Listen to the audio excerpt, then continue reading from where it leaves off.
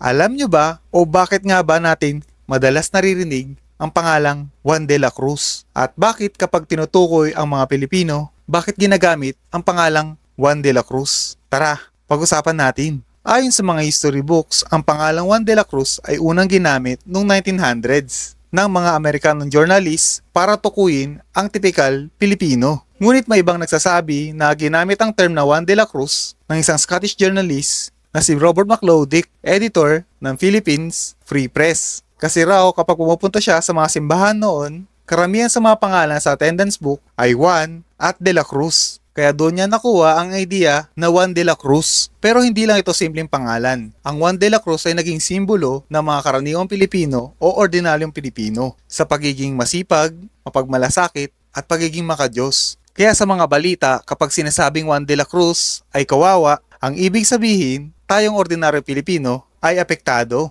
Kumbaga, si Juan de la Cruz ay ikaw, ako, at tayong lahat. Sana po may natutunan kayo sa videong ito. And don't forget to follow me for more videos. Ako po si Flash Elorde. Ingat!